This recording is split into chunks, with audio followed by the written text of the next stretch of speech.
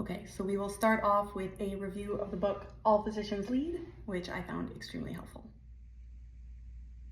This book was extremely helpful in reframing physician leadership within the roles that we fill every day.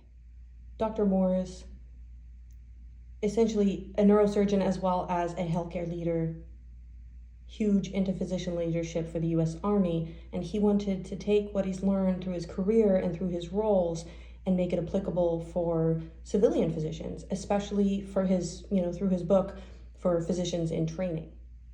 He really wanted to redefine it as something we do every day, whether we're doing it badly or well, we are leading every day as physicians. One point that particularly stood out to me was cultural modeling, how you lead even in the moments that you are not intending to lead. You model behavior, you model culture, and how impactful that can be. And he also really brings up how positivity and optimism and leading your team to success is so powerful.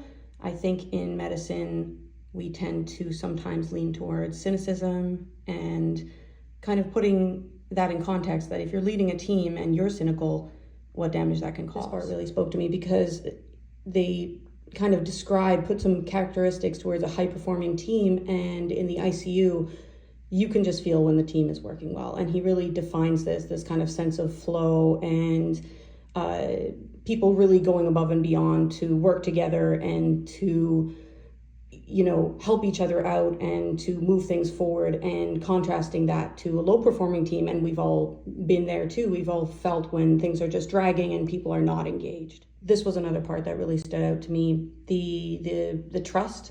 When you're in a low trust environment, how much more work it is to get everything done. Whereas if you're in a high trust environment, you just can let each member of your team perform to the highest level, and things go just so much faster and the quality is so much higher.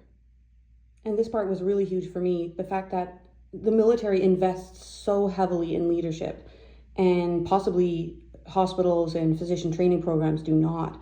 So trying to learn from them how they are so good at teaching and evolving leadership, and how much value we could get from integrating that into our learning and our everyday life. So yeah, highly recommend the book.